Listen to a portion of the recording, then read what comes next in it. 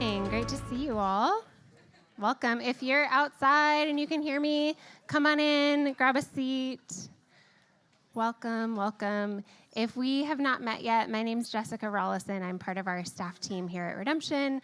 I want to welcome you this morning to our Exploration Sunday for the month. And in order to get us started, I wanted to pray Father Thomas Keating's welcoming prayer over us.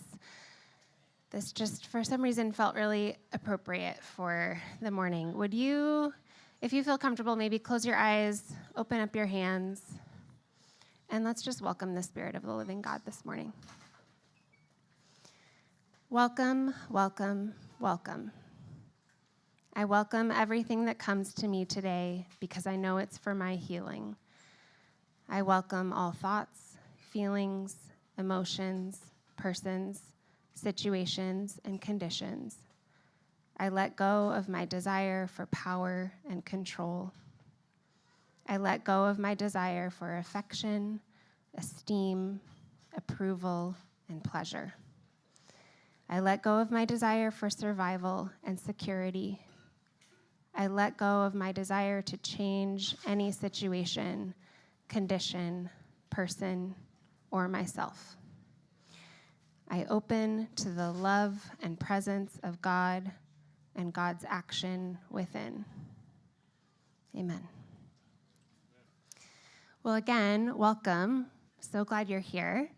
I want to extend a special welcome to you if you're new or visiting or if you feel new, and have you check out our Connect table over there on the side.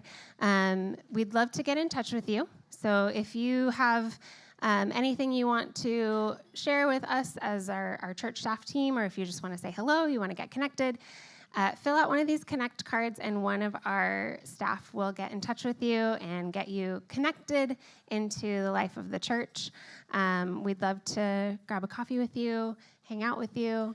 And that is over there for you.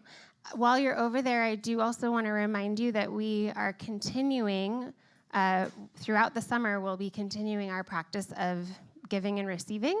So you'll see our cork boards are still up, and we do want to encourage you to keep interacting with those cards. Remember, green is for giving. Those are the things that we are giving or offering as a church family, and the blue cards represent needs within the community.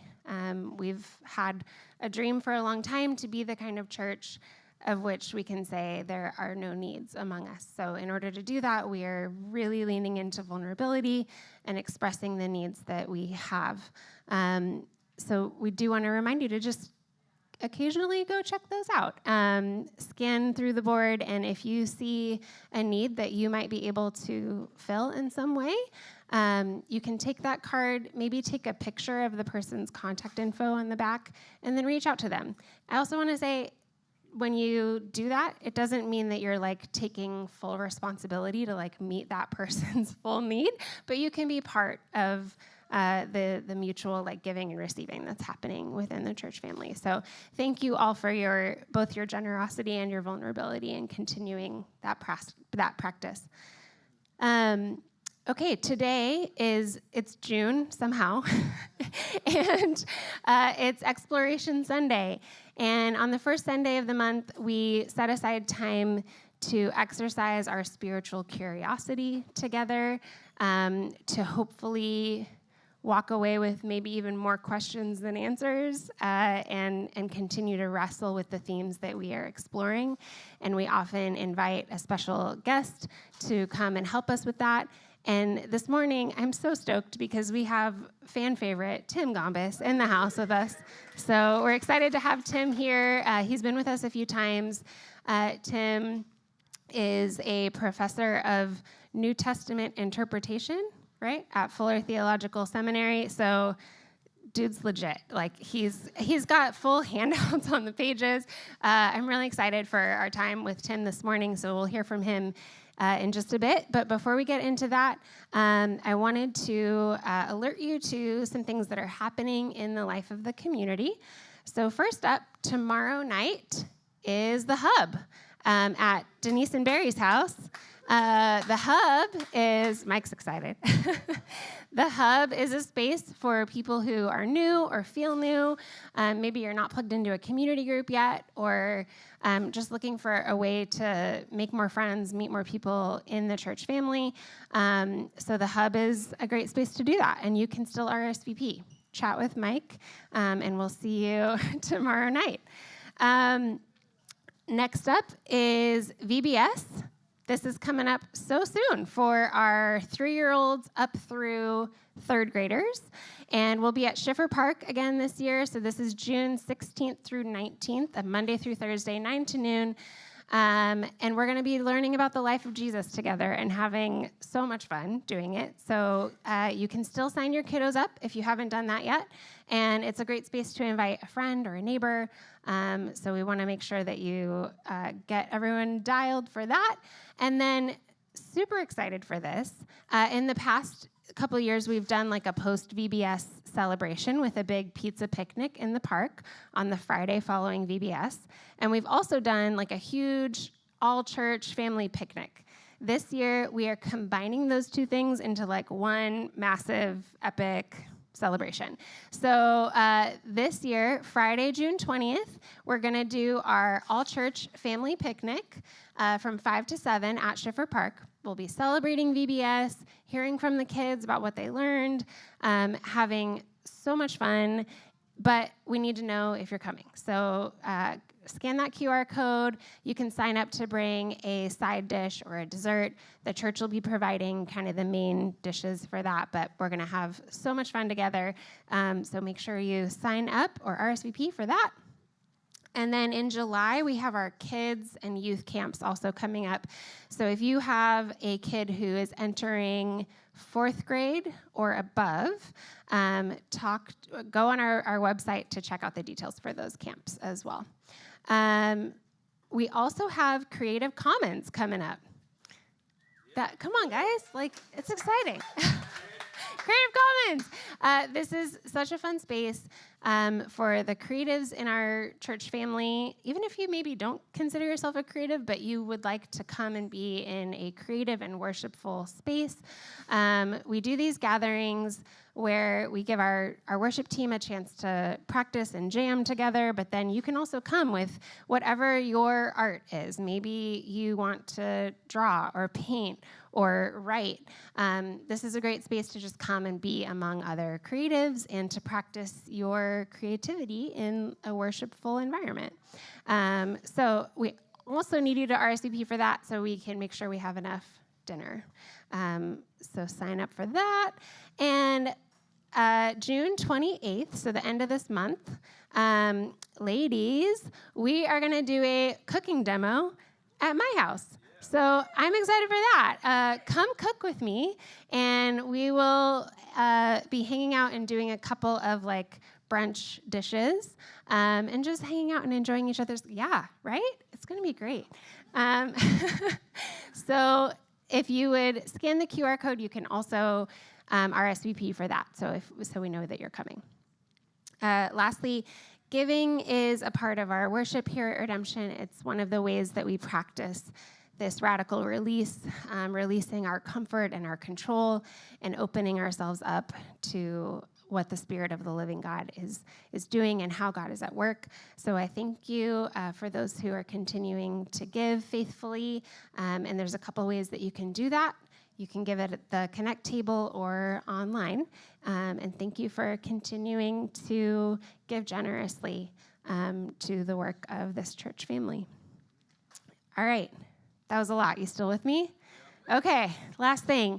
On Exploration Sundays, instead of doing worshiping in song, we understand that worship is more than just like singing together. There are so many ways that we can worship the living God.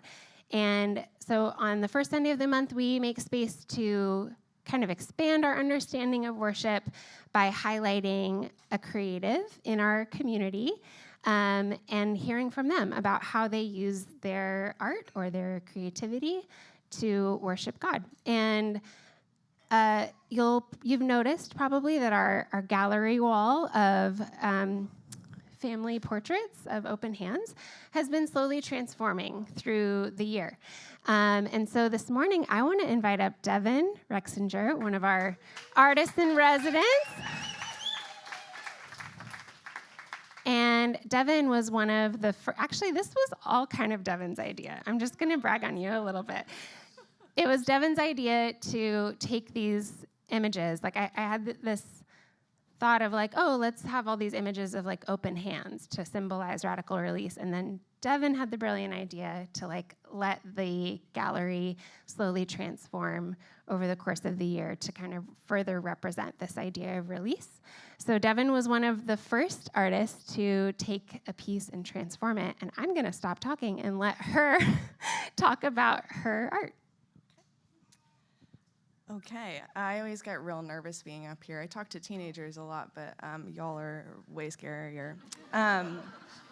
So sorry about my shaky voice, but as I was thinking about this work and how I was going to interpret one of these images, I was wondering about how I could embody release in the process that I was undertaking rather than in the subject, like the way I was going to depict it in the content. And I rolled over ideas in my head, and as I was doing that, I caught myself thinking an awful lot about what you guys were going to think about the work, how you would receive it, but more specifically, what you would think about me based on what I chose to make. And so I was thinking about, if I chose to make this or that, would you think me skilled? Would you think me simple or boring? Pretentious? Were you going to be disappointed by what I chose to make, having expected something better or different? I'm an artist, I'm an art teacher, and I found myself feeling the need to prove myself. It's important to note nobody in this room ever gave me any reason to feel that way. It's all self-inflicted. But I realized that what I needed to release was my own pride, my own internalized ideas for what would be impressive or worthy of this context. So this is the result of me following my guts and my intuition, and as I started to paint, I was just feeling drawn to color, reds and pinks and lavenders, and more color in the background. And when I normally might have stopped myself, feeling like surely I had already strayed far enough from my reference, I just kept going with that color. And this is the result of me releasing my pride in favor of the joy of the process. Thank you, Devin. Gosh, what a beautiful illustration of the fruit of release. Thank you. All right, I'm going to invite Mike up to give us a quick little recap of where we've been and then to bring up Tim. All right. Thank you, Mike. Yeah, well done, Jess. Good morning. How's everybody? It's good to be together again with you all. As you've been probably tracking with us, if you haven't, the last 6 months we have been leaning into our annual theme of Year of Jubilee of Radical Release, the Year of Radical Release. And the first 6 months has been our conversation around the economics of Jesus. And we understand that to be a pretty broad term. And for us, we've been spending month by month unpacking what that even means, and to recognize that there is, in fact, an economy that God has brought with his kingdom here and now. There is an economy to come that will be full, but there's also an invitation that we see Jesus stepping in now for us as a community, and for us to actually look at what that is. And we've been journeying. There's been layers. We talked about this in January, that Jubilee is in fact layers. And so we've been pulling back the layers and expanding our vision of what the kind of life, what kind of people, what kind of church is God inviting us to be into. And so we are wrapping up part 1 today, this month, with the economics of Jesus. And then in July, we're going to be getting into part 2 and talking about the phrase, which I think is beautiful and it'll be so much fun, the kingdom of God is like. And we'll be looking at teachings of Jesus and different parables and teachings that really help us expand. And really, I think what our hope and prayer is to really get real practical with what Jubilee looks like here and now for us as well. And so, but for today, we have a dear friend who I just got to meet this morning, but being on staff now for the last 2 years, I think I just missed the last time that Tim was here, right before I came on as a pastor at Redemption, but I have heard Many, many great things, Tim, about you. A little bit about Tim. Tim teaches New Testament interpretation at Fuller Theological Seminary and reflects on Christian realities and a range of other topics on his podcast. There's a plug there. Faith Improvised is the name of the podcast. Tim has 3 adult children and lives in Louisville, Kentucky. Did I say that right? I don't say it that way, but Okay. Louisville? according to some, yeah. Still no? All right, well, we'll let you decide what that is. But can you guys let's give Tim a warm welcome. Thank you. Yeah. Yeah. Thank you. I do live in Louisville, Kentucky. I'm really proud of my identity as a northerner, though, so I don't say it the way some do. My friend is from Louisville, and he reminds me the town is named after King Louis, not King Lou. So I follow his lead. Our mind's already blown. Well, I'm really glad to be with you again. I've been here a couple times in the past, and I always find it really life-giving and challenging for me, and just really, just a blast. I always have a lot of fun. So thank you for welcoming me back. Most of you had nothing to do with this, so thank you for not walking out. I am mostly just overwhelmed by what you are all up to and impressed by it, and think it's really exciting. So when Christine asked me to talk about something in Luke, this was her invitation, talk about something in Luke. So I just was like, well, I don't know what I have to add to what you all are up to, which is just really, really exciting. So I thought I would just talk with you about where I find myself in this. So over the last couple years, I've been involved in a study of Luke's gospel, and that comes after a long study of Mark's gospel. And my personal training in my academic education was Paul's letters. And about 10 years ago, I was invited to participate in a study of Mark's gospel. And the one thing that I was struck by was how much Jesus has to say about the poor and how many threatening things he has to say about people who are rich. And that was fine, because I'm not rich. So it's like, you could say all you want about them. But then I thought, I need to look up just where do I rank? Where, what would somebody else say about my life? Because as I started to look at my life, I started to realize I have a lot of privileges. Maybe I don't see myself as objectively as I could. So I actually got on the New York Times, income, whatever. You can sort of search out where you rank. And I was stunned. I was really surprised by where I ranked. I have more money than everyone. No, I'm just kidding. I was just stunned. I would not have thought that that's where my household income ended up. And so in Mark's gospel, I realized that the threatening things that Jesus says about the wealthy, like when he says to his disciples, do you see how impossible it is for the rich to be saved? I remember sitting back, working on that passage, and just sitting back in my chair and rewording that. So Jesus is talking to his disciples and saying, do you see how impossible it is for Tim Gombis to be saved? I was like, oh, Jesus, that is just that's tough. Those are tough words. I'm glad that the church that I'm part of in Louisville, Kentucky, is involved in a number of different efforts at bringing relief to those to people in desperate need. So I'm glad to have contact with people whose whose lived environment and situation is different than mine. I'm glad, but I'm also just continually troubled by the way that Jesus talks. So I thought I would just talk to you today about where I find myself mid-trouble and just share with you a couple passages that just still trouble me. They just work me over because of how my life is oriented. And so this is kind of how I deal with trauma. I just put it on other people. So Blame Christine.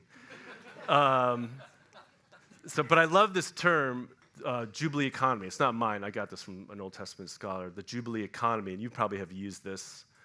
And it gets at sort of Mike was just saying that the Old Testament instruction with regard to how to have a whole life, how to have a national way of life, has so many aspects to it, and there are layers and layers and dimensions to the Jubilee instruction. And that's the same with when we talk about the economy today. This is a very old word, and I was thinking about this word in Greek. It has to do with the entire ordered world, like how things work. So like relationships, relationships between gender politics, gender realities, ethnicity, inter-ethnic relationships, how race works in our world, where our food comes from, how we eat, sports, how we value people, where our ideologies come from with how we see people. All of that is wrapped up in the economy. And what's been helpful for me is to think about how it is that God is calling his people and Jesus is calling the church to be a different economy, to be a Jubilee economy. And that brought to my mind the necessity of having a conversion of the imagination. That is to always be reorienting how I think and how we think about gender relationships, about social class, about where we live, about how we value people with wealth, about how we value people without wealth, about how we see one another. It's been helpful for me to think about a conversion of the imagination because I know for myself that change just does not come overnight. And I think that there's something good about that, because if we make just radical and dramatic changes, those are often not sustainable. I realized, being part of a church that had a lot of contact with a very poor neighborhood some years ago, I realized that I am not only a straight, white male of upper middle class training, fully abled, that comes with just a lot. And it's in my bones, it's in my skin, it's in my experiences. And if I make radical changes overnight, they're just often not sustainable, and they just bring a lot of trouble. So what's been helpful for me is to think about a slow, long-term conversion of my imagination. Because I've discovered that just slow, persistent change has been helpful for me to think in terms of. And I want to offer that to you, because I think it's very easy for us to just look at the dramatic difference in Jesus' teachings, and then between that and our lives, and realize, like, oh no, like, what do we do? And just have crisis that's not productive. So it's been helpful for me to think in terms of a slow, long-term conversion of my imagination over 2 years, 5 years, 10 years, and to just look at my life and chart it that way and think in terms of, this is not where I want to be in 2 years. Here's where I want to be in 5 years. So anyway, I offer that to you. A conversion of our imagination. And this is what God is telling his people in the Old Testament in this passage in Leviticus. Or I should say, this is part of a larger instruction that God gives through Moses, where he's calling his Old Testament people to a long-term conversion of the imagination. And then when Jesus comes along, he's calling his people to a conversion of the imagination. So I think that's helpful for us to think about. So I want to talk about these two parables in Luke 16. These two parables in Luke 16. And leading up to that, I just want to kind of set the backdrop, and it sounds like you probably already have done quite a bit of this. But just setting the backdrop in the Jubilee instruction. There's a lot to talk about obviously, with regard to Jubilee. I just thought I would highlight this one thing, and that is what God says about the poor and what Jesus says about the poor, and especially getting at these two parables in Luke 16 that are just really arresting, I'll just say. They've been arresting for me. They've changed, they're beginning to change the way that I see things. So, God's care for the poor in the Jubilee instruction. This is from Leviticus 25, verses 35 to 38. And it's really striking how it is that God identifies himself with the poor. If any of your fellow Israelites become poor and are unable to support themselves among you, help them as you would a foreigner and stranger, so they can continue to live among you. Do not take interest or any profit from them, but fear your God, so that they may continue to live among you. You must not lend them money at interest or sell them food at a profit. I am the Lord your God, who brought you out of Egypt to give you the land of Canaan and to be your God. So it's really interesting how God talks to his people about the poor. Like, if someone is in a position where they can be exploited, do not exploit them. Help them out. Fear your God. What God is saying there is, I have my eyes out for when people who are poor are exploited. And you don't want to run into me if you have exploited the poor. Do not take advantage of somebody who's in a vulnerable situation. God talks that way to his people, and what's interesting, later Jesus talks to his disciples in very much the same way, which is just frightening. You know the story of how Scripture goes. Israel basically just never did any of this, which is really a tragedy. They just never did it. And, by the way, let's not look down our noses at biblical Israel. We find ourselves in very similar situations. We find this is what I'm saying. This is a challenge for those of us who've been raised certain ways and who have inherited a culture of a lot of material good. And so God displaces Israel. They're sent into exile, and they're in Babylon. And then when God speaks to his people, like, I'm going to rescue you. I'm going to basically give you national Jubilee and bring you back. He basically makes all these promises in terms of Jubilee. And this is from Isaiah 61. The Spirit of the Sovereign Lord is on me, because the Lord has anointed me to proclaim good news to the poor. So again, God's preference for the poor. He has sent me to bind up people in general. No, a specific class. The brokenhearted. To proclaim freedom for everybody, because we're a Democrat. No. To the captives. Release from darkness for the prisoners. So there are certain people in certain social settings that have God's attention. And those people should have our attention as well. To comfort all who mourn, to provide for those who grieve in Zion, to bestow on them a crown of beauty instead of ashes. And he goes on. But just to say, God, even these promises in the later part of the Old Testament about God's restoration reveal God's preference, God's special attention to those who are suffering and to the poor. And then, as you probably already know, when Jesus comes, he frames everything that he's going to do in terms of Jubilee. And you probably have already looked at this passage, but just to say, in Luke 4, when Jesus initiates his ministry, he quotes from that passage in Isaiah 61, basically saying, Jubilee is here.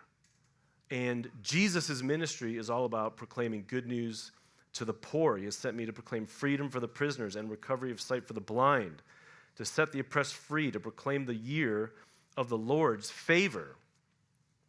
And you have probably already talked about how that is received. Do you remember how this was received in Jesus' hometown? When he sat down, it was all like, this was great.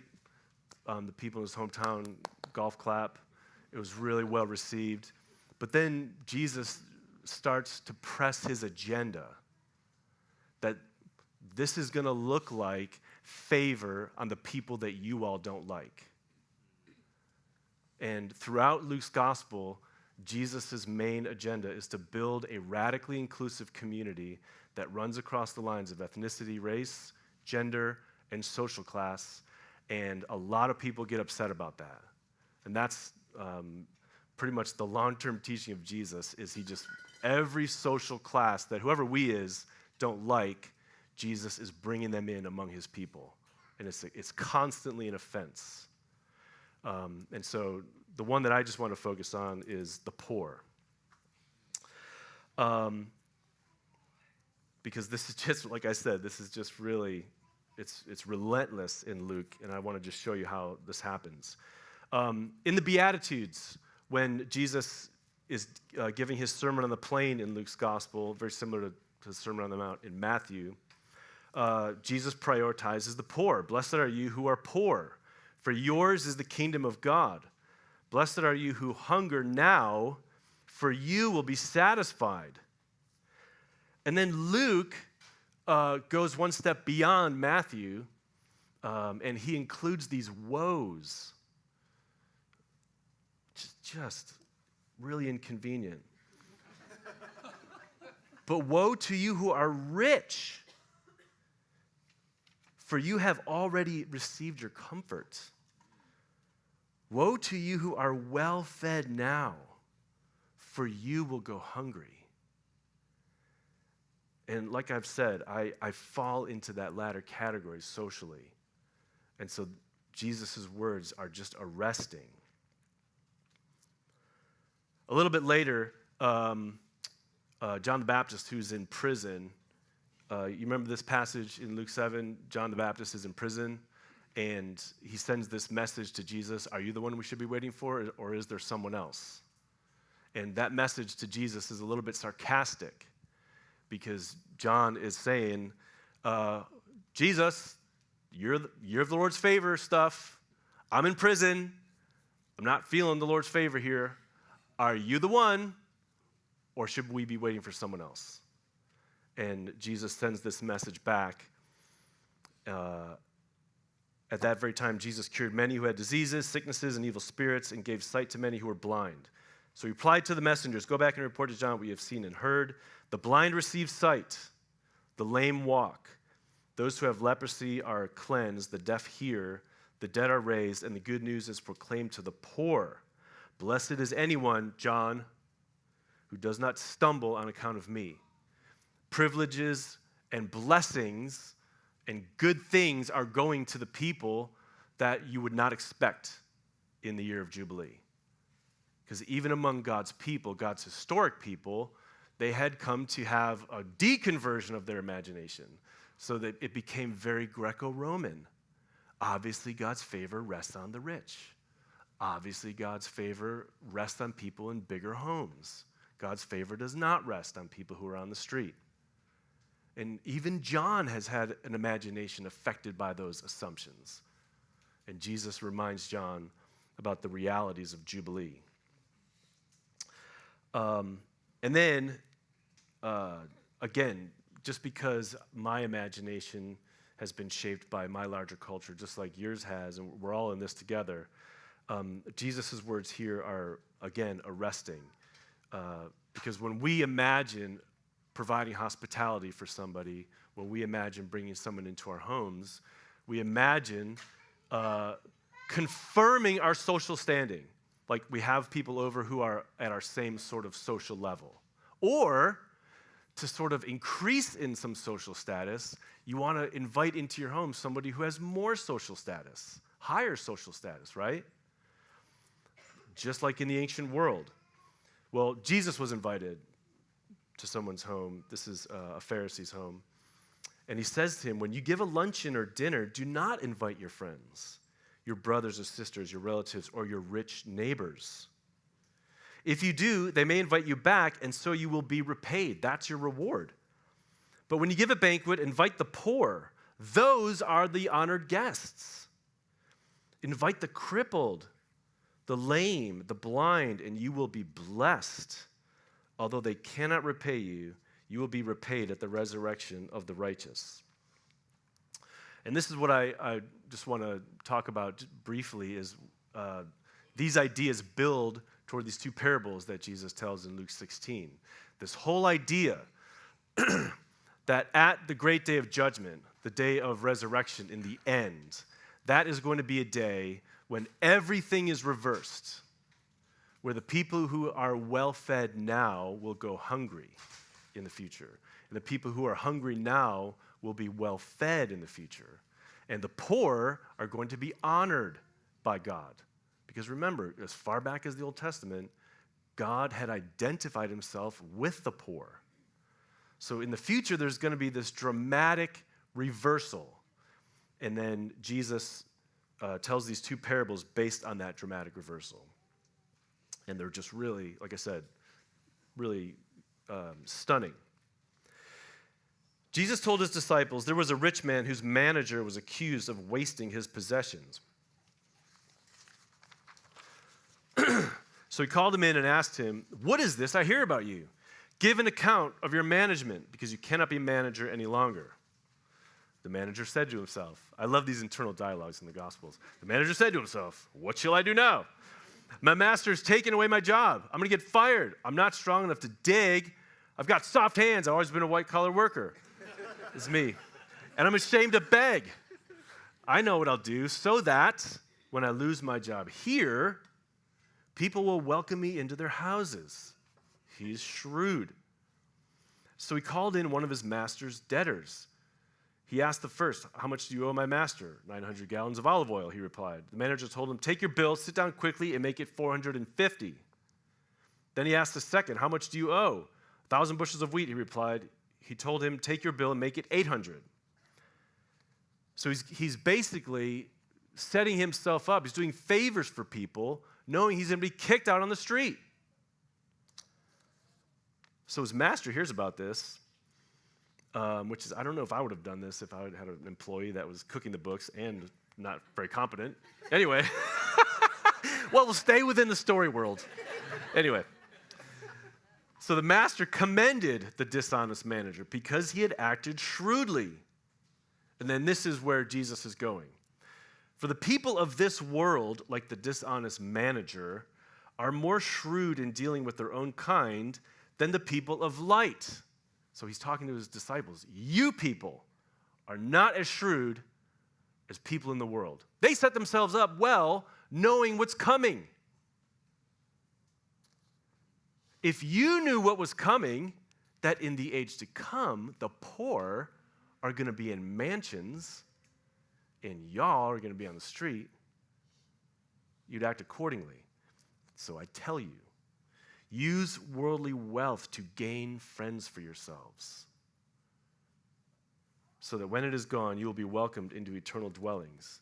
So in the age to come, the people who are on our streets and who are desperate are going to be looked after. They're going to be relieved. They're going to be well-fed.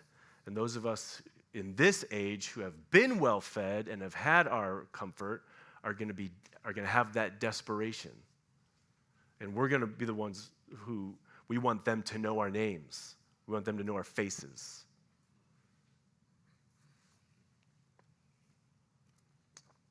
Just a couple verses later, Jesus then tells a parable to kind of get at the opposite of this, the flip side. There was a rich man who was dressed in purple and fine linen and lived in luxury every day. At his gate was laid a beggar named Lazarus, covered with sores and longing to eat what fell from the rich man's table. Even the dogs came and licked his sores. The time came when the beggar died, and the angels carried him to Abraham's side. The rich man also died and was buried. In Hades, where he was in torment, he looked up and saw Abraham far away, with Lazarus by his side. So he called to him, "Father Abraham, have pity on me and send Lazarus to dip the tip of his finger in water and cool my tongue, because I'm in agony in this fire. Just give me the smallest bit of relief." But Abraham replied, "Son, remember that in your lifetime you received your good things, while Lazarus received bad things. But now he is comforted here, and you are in agony. And besides all this, between us and you, there's a great chasm that has been set in place, so that those who want to go from here to you cannot, nor can anyone cross over from there to us." He answered, "Then I beg you, Father, let him send Lazarus to my family, for I have 5 brothers. Let him warn them to make friends with the poor, to form economic partnerships, so that they know their faces and they all know each other's names, and so that when they come into the goodness that's awaiting them, my brothers will be welcomed into their homes. Let him warn them so that they will not also come to this place of torment." Abraham replied, "They have Moses and the prophets. Let them listen to them." "No, Father Abraham," he said, "but if someone from the dead goes to them, they will repent." He said to them, if they do not listen to Moses and the prophets, they will not be convinced even if someone rises from the dead. Obviously, indicating later in the narrative, Jesus is going to be raised from the dead. And Jesus is telling us those very same things. So we have all that information available to us. And so I was thinking about this last week, pondering this passage. It's like if you had an acquaintance whom you knew was coming into like a massive inheritance, how would you relate to that person knowing that they were going to be extremely honored? What Jesus is calling his people to do is to see people differently and to see the poor in that way, to see poor people in that very same way. And I was thinking about, I was paying attention over the last several months, actually, after thinking about this passage, to my own life. I've recently moved into an urban setting that is a gentrifying neighborhood, and so that means that there are just loads of displaced people and unhoused people in my neighborhood. And when I walk around my neighborhood, I've been paying attention to just how I'm put together, like how I've been trained down to like the cellular level by my culture. And I've been trained to just not see certain people, to look past them. And we were talking last night about, in my area, all the larger sets of distilleries that are all over Kentucky. There's a row of tasting rooms and all that kind of stuff. So there are tour buses and all kinds of groups coming through of well-to-do people that walk down the streets of my neighborhood with the same training as I have to look past people that are on the streets. And I'm haunted by this passage because this is exactly what the rich man did to Lazarus. And like I said, I'm very glad to be part of a church that takes efforts to look after the poor in our city. But I just know if I take Jesus' words seriously, I think I'm just haunted by the reality that I should be taking this all a whole lot more seriously. And I'm well aware of my training in my culture and how I've been placed to just not do that. And so, like I said, I'm talking to you like mid-conversion. I'm putting myself into situations where I'm increasingly uncomfortable in order to take Jesus' words ever more seriously. I'm not talking to you from a place of like having mastered this or any kind of situation of condescension. But just a couple of reflections, and then look forward to hearing your thoughts. In Luke's gospel, the church is Jubilee. The church is God's Jubilee economy. So the church is a community that has this dynamic where it is always practicing these Jubilee practices, including care for the poor, including like economic redistribution, and as Jessica was saying, reaching for that goal of being a community where there are just no needs among us. That's our orienting point. And so the church embodies and performs God's priority of caring for the poor, the outcast, and the overlooked. The church is the place where those who don't matter find a home and a warm welcome as honored guests. The church is the place where they find belonging. Because when the poor find belonging among us, God, who identifies himself with the poor, finds belonging among us, and we increase our contact with God. This is what I've been trying to do for myself. Secondly, develop a Jubilee imagination. So give consideration to how your imagination has been shaped by values of individualism. So is it the case that each person sort of in whatever situation of poverty or need or desperation, are they just a collection of poor choices? That's what my upper middle class white background told me. They're not responsible. We are responsible. They're not responsible. What choices have led them there? Individual choices. Do we see that? There are no footnotes in these texts in Luke. Jesus doesn't talk about individual choices. I've often wondered about, at the great day of judgment, when there's the great reversal, and I raise my hand and say, but Jesus, individual choices, personal responsibility. I wonder if I'll be heard. Like, oh yeah, I totally forgot. Like, I don't know. Think about values like efficiency. This is one of the dominant values in capitalism, efficiency. What's the most efficient way to do something? Efficiency is a really great value in some ways. If I'm driving, if I'm on a road trip, I want to consider efficiency. I'm not always about breaking personal records, so that's efficiency is a big value. But keep in mind here, Jesus does not call the church to eliminate poverty. I think it would be a good thing if we did, but it's a different goal when you're thinking about making friends. Efficiency threatens friendship. But if we want to make friends with the poor, we're not trying to maximize our time. We're thinking in terms of sitting and listening to stories, learning names, grieving with those who grieve. These practices that are profoundly Christian.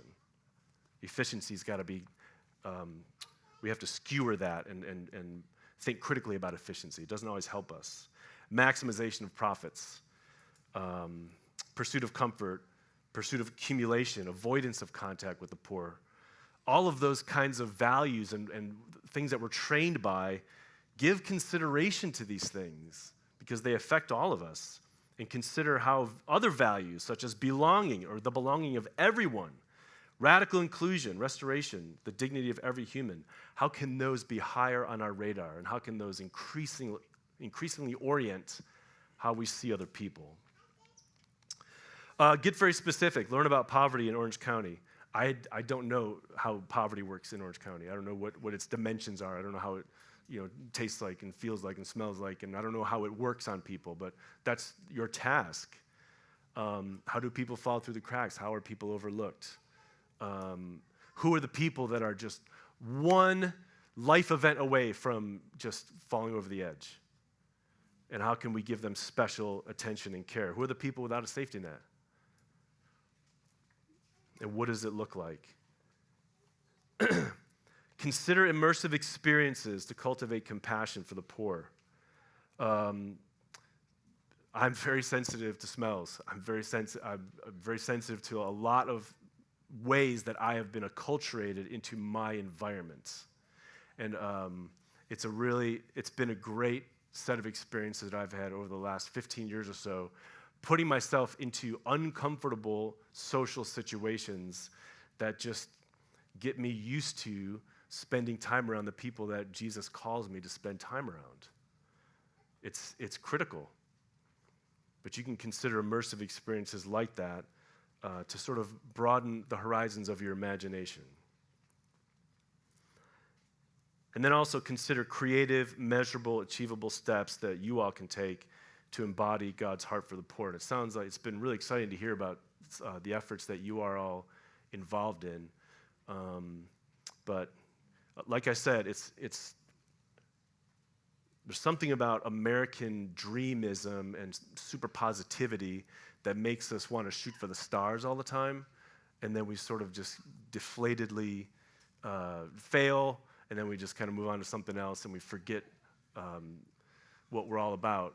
So I would just encourage you to sort of make long-term efforts so that becoming Jesus' Jubilee economy is something that is sustainable, that you can actually keep it up over 2 years, 5 years, 10 years.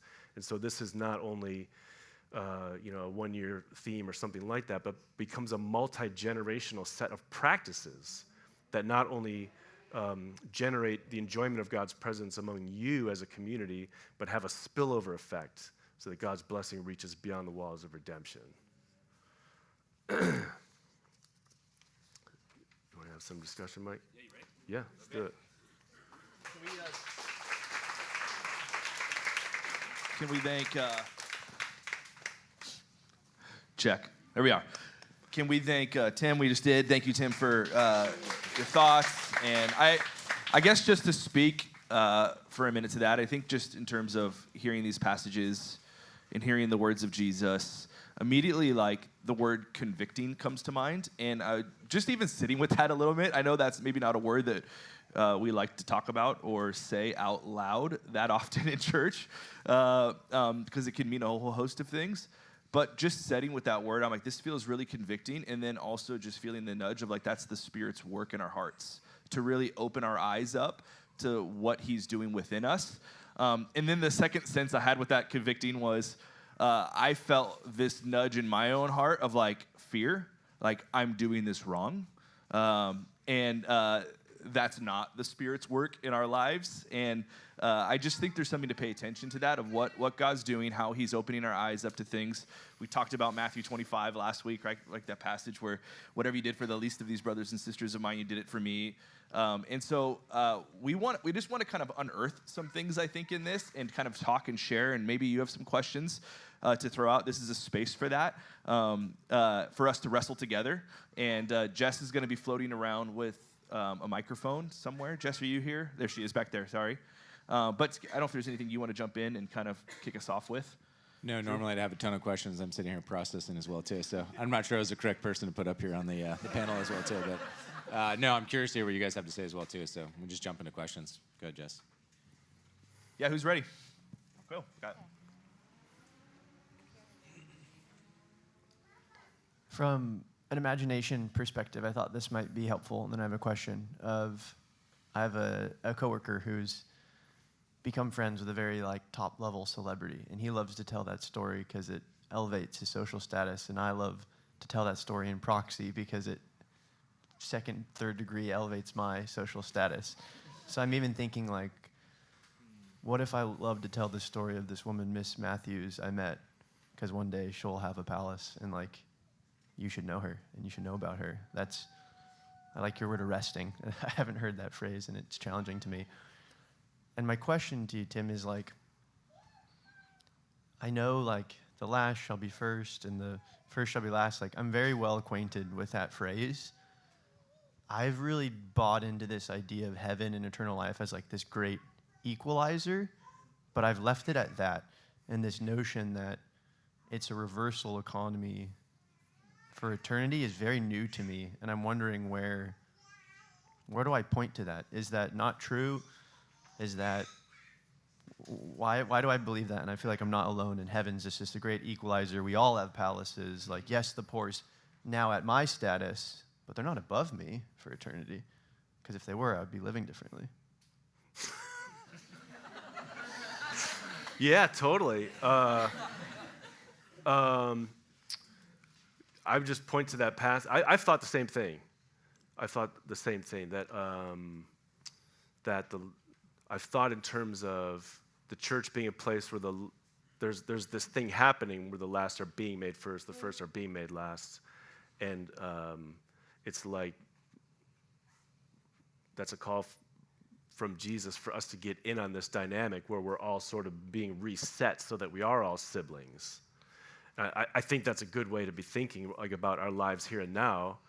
And I think it's a really good way of thinking for those of us who, for people like me, for whom this culture has been created for privileges and good things to just be tilted my direction. I think it's good for us to be learning how privilege works in our culture and to be living counter to that. I think that's helpful. But Jesus doesn't say that in Luke. Again, this is what really messes with my head, is that there's a reversal. It's going to be the opposite. And like you said, if I really believe that, I would live differently. So, it's these are my thoughts as well. And I think we've been affected. I was asking myself this very same thing over the last several months. Why have I thought this? And this horrible thing that I think many of us have said it in the past, the ground is level at the foot of the cross. That comes from nowhere. Where does that come from? That's nowhere in Scripture. God privileges certain people. He hears we've been affected by just the democratization of things in our American culture, where every voice matters, every vote matters, every person matters. But if you read, especially the prophets, when things have gotten so off with regard to God's justice, God talks about whose prayer he hears and whose he doesn't. He does not hear the prayers of the oppressor. Like, that's everywhere in the Old Testament and in 1 Peter. And it's like, this is how God behaves. He hears the prayer of the poor and the oppressed.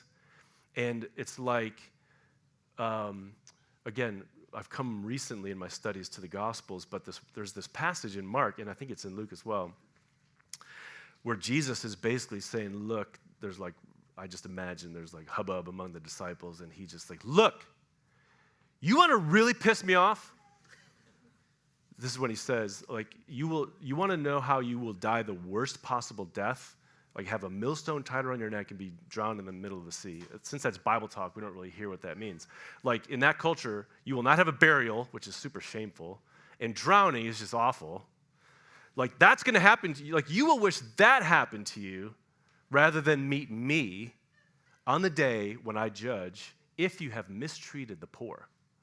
So it's like, Jesus does not say, look, if you insult the rich or the poor, you don't want to meet me. It's like Jesus really, and the God of Israel, gets really fired up about the mistreatment of people who are vulnerable, like foreigners, immigrants, and the poor.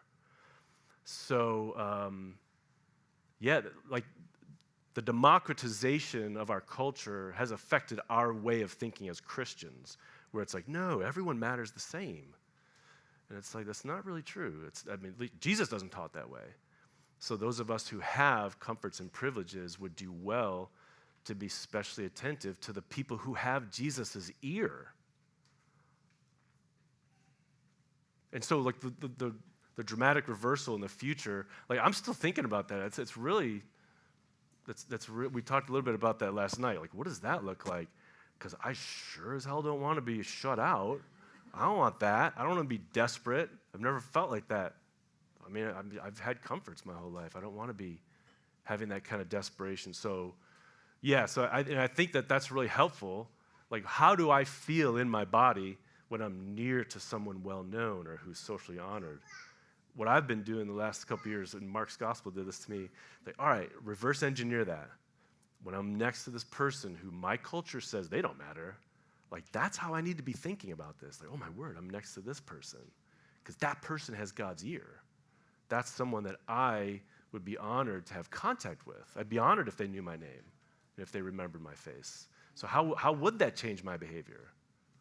And then also, it's helpful, again, I'm thinking individualistically, it's helpful for us to be talking about this and thinking like, this is important to keep in mind. In the New Testament, the lowest common denominator when it comes to the social unit of acting in the world is the church. It's not the individual. So, like, it's a great thing for us individually to be involved in, like, doing good in the world, totally. But, like, when we think about what should we be doing, we need to be using those we words. How can we? Because not only is that more effective, but that's really how we become a culture of transformation. And also, like, I think it's really helpful to think in terms of we because, like, we want to be as closely connected to redemption doing good in the world. Because very often, it's the case that, like, if redemption is acting with regard to God's justice, and this is one social body, it might be the case that the hands and the feet of this community are doing a lot, but they need elbows, and they need shoulders, and they need rib cages, and, like, we all play different roles in this social body, and we might not be able to point to, like, a specific way that, I have had contact with this good that we did as redemption.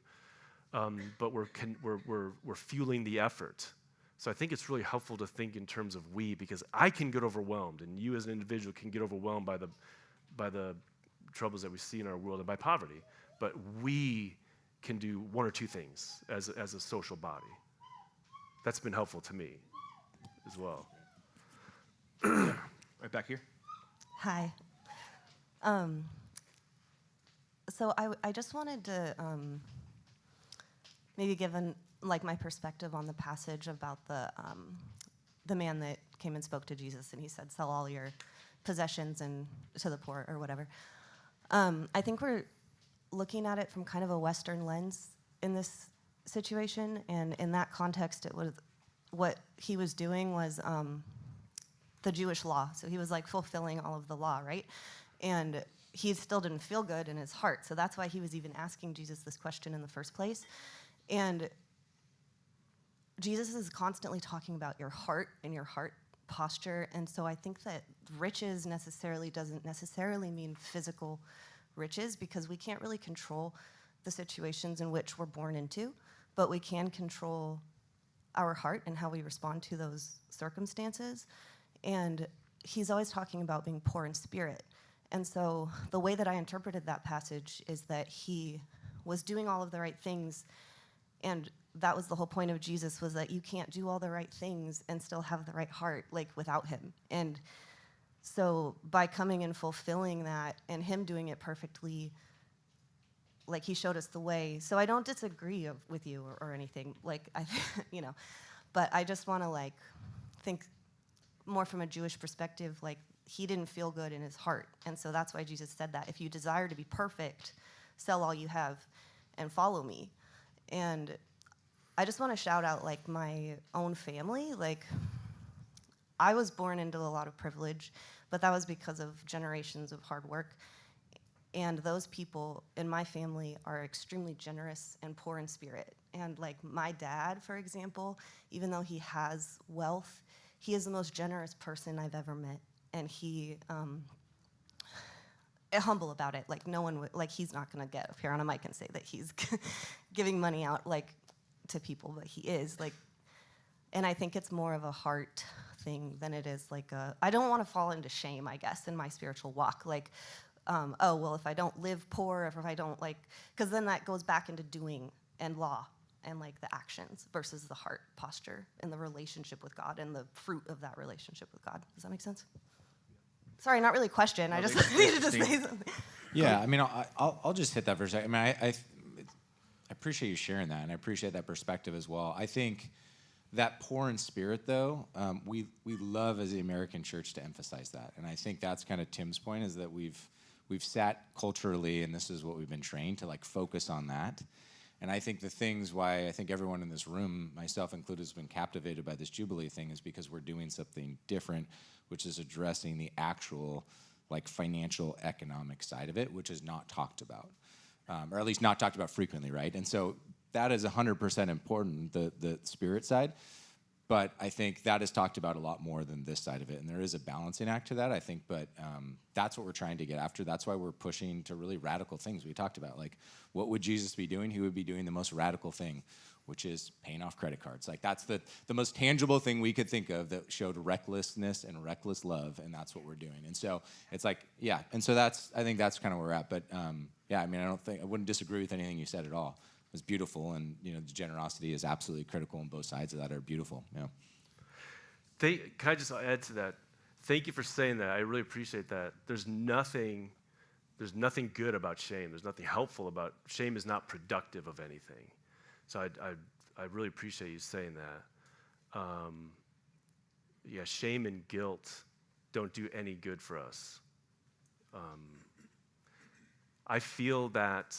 In my experience, though, also being born into just really obscene privilege like you, and I'm glad, I'm not regretting that. What I also was born into was a way of taking Jesus' words and being like, he didn't really mean that. He's not talking about the poor. He's talking about the poor in spirit, which you can point to in Matthew, but Luke is like, oh yeah? Talking about the poor. I know. So what I want to say is, like, there's a way that I was trained as a privileged white evangelical Christian person. There was a way I was trained in talking about Jesus' words that basically dismissed them. And what I've been trying to do more recently, and I'm just talking about myself, and if you didn't want to take this up, that's totally fine. I've been challenging myself with other parts of the Gospels where Jesus' words land without qualification, and they have been arresting to me. And I've also thought shame and guilt are not productive, but I don't want to run the risk of getting this is just him talking. I don't want to run that risk of getting to the end and being like, oh, I thought you meant in spirit. Or like, do you know what I mean? Or just give the softened version. So,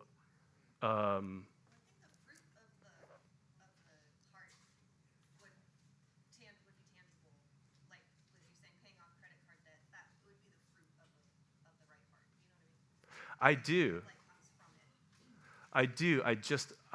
Like I said, I'm so well versed in this way of talking where it's like, Jesus, I know, is talking about the poor. What we need to focus on is our hearts. Again, I know that way of talking. It's just that Jesus doesn't talk that way. So it's like I've used this way of talking to ward off Jesus' words like my whole life. And then I found out Mark wouldn't let me do that. Luke won't let me do that. Matthew actually doesn't let me do that either, but I just have used his words to do that. So, and I've been among evangelical students for long enough to know that when I present to them just Jesus' words, I always get I think, Dr. Gombis, what Jesus is talking about is our hearts. And so I've encountered that enough, and I've seen myself in that enough to just want to be challenged more deeply.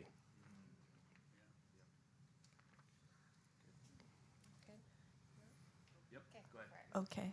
I'm really struck by the way that this is inefficient, what you're describing. And in particular, like we've talked recently as a church about the woman pouring out the perfume on Jesus' feet, and the immediate challenge to that being like, this money could have been used for the poor, and perhaps that would have been a more efficient use of funds. But that kind of worship and even just like developing one-on-one friendships is inefficient. And I'm curious if you could talk any more about that and like how we should be considering our use of funds, how we should be considering our use of time even when it's inefficient, like what that has looked like for you or can look like.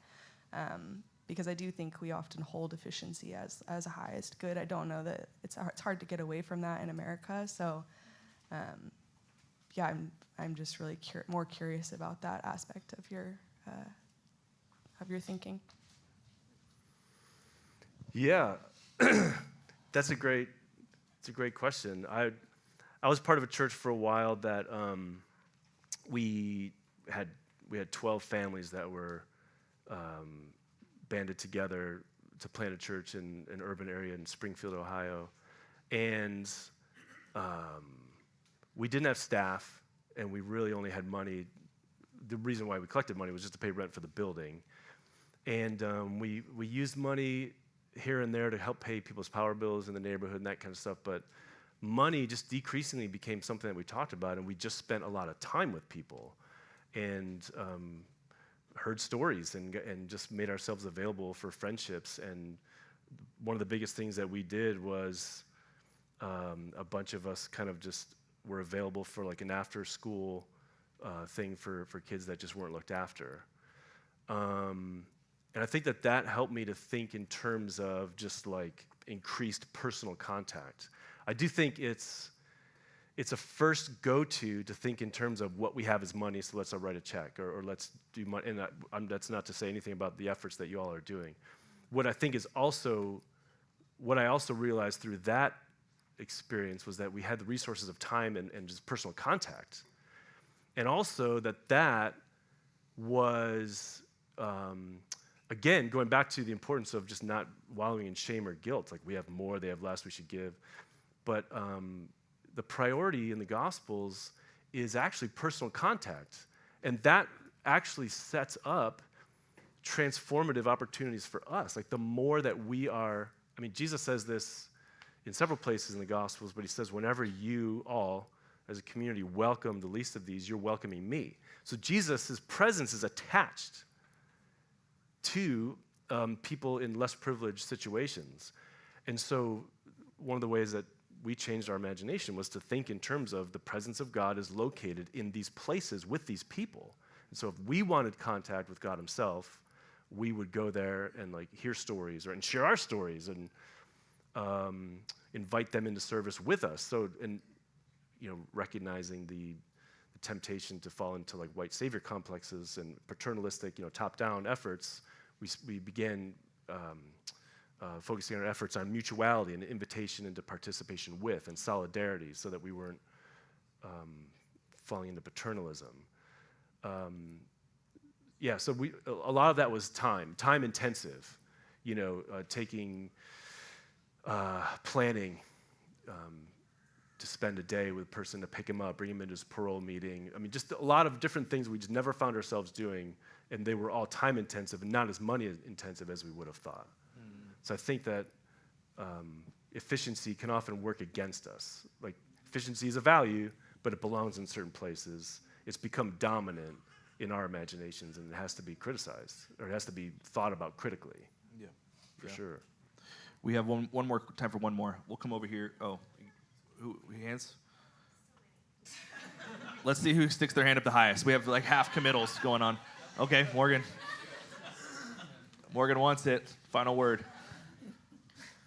I was moved when you mentioned how the shrewd, dishonest guy was better at making friends than we can be in certain moments. And I was reminded, I was in a very Animal House fraternity in college, and I visited a Bible study, and once this one kid knew where I was from, he was shaming me about it. And I was like, the thing about a DU is that no matter what I've done, I know they'll come to my aid because they don't judge, and then he felt shame, so we were just spreading it around. But I mention it because I have always felt my whole life like it's easier to be friends with non-Christians than Christians. And if I get in trouble, like the first people I want to call so often are not people from my church.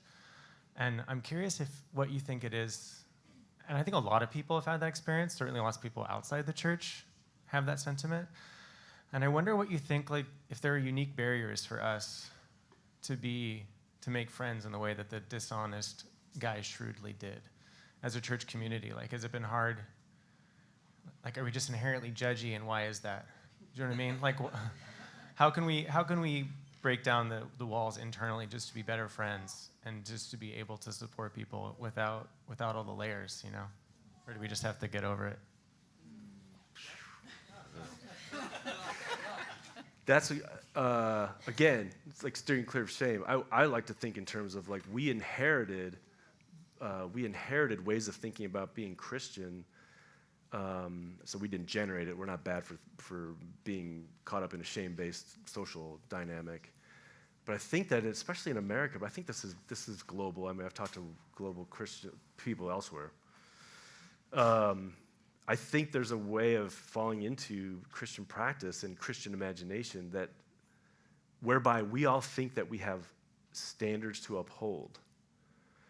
I mean, have you ever heard this language like Jesus calls us to a higher standard? Have you ever heard that? Like, Jesus calls us to a higher standard. Like, I think that's highly problematic language, because holiness is like Jesus has created a different culture. But like, we think in terms of higher, like we should reach for something better. So we're always imagining other people are seeing that we're not meeting the standard, and we like to point out where other people are not meeting the standard. It's really unfortunate. Where I think we need to be thinking about being Christian as Jesus is recovering among us our humanity.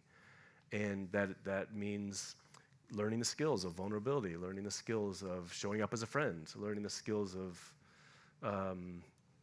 admitting where I don't have it all together, of being seen for who I really am, and seeing other people for who they really are.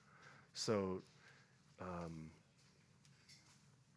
there's a lot that goes along with that. And I think also, as I know from my being and raised as an evangelical Christian, there was this felt responsibility to make other people Christian, or to help other people be Christian. Like, I was always told we have to be a good example.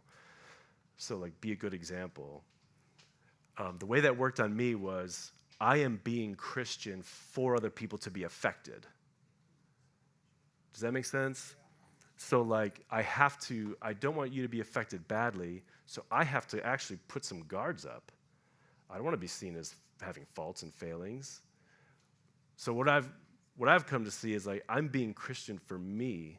I'm being Christian for me because God is making me into a new person. And every other person that I meet just might be an agent of my transformation. So that has postured me toward other people of like these open hands. Like, you might be here to show me and do me good today. I'm not the one being an example. Maybe you're exemplary, and maybe I can learn from you. So that's been a more helpful way of thinking about being a disciple, is to imagine that I am the object of God's work of turning me into a true human. And that's actually changed the way that I've seen other people, and that's been huge about eliminating shame and hiding, really, from my personal habits. But thank you, that's a great question.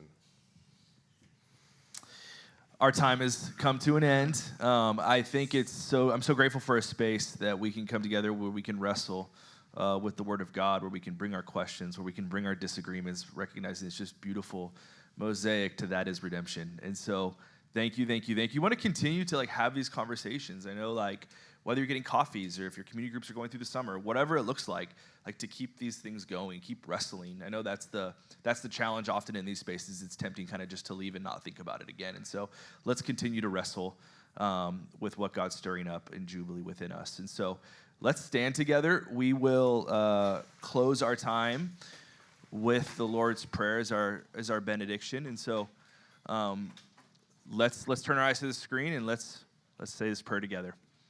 Our Father, who art in heaven, your will be done on earth as it is in heaven. Give us this day our daily bread, and forgive us of our debts as we forgive our debtors. And lead us not into temptation, but deliver us from evil. For yours is the kingdom and the power and the glory forever. Amen, amen, amen.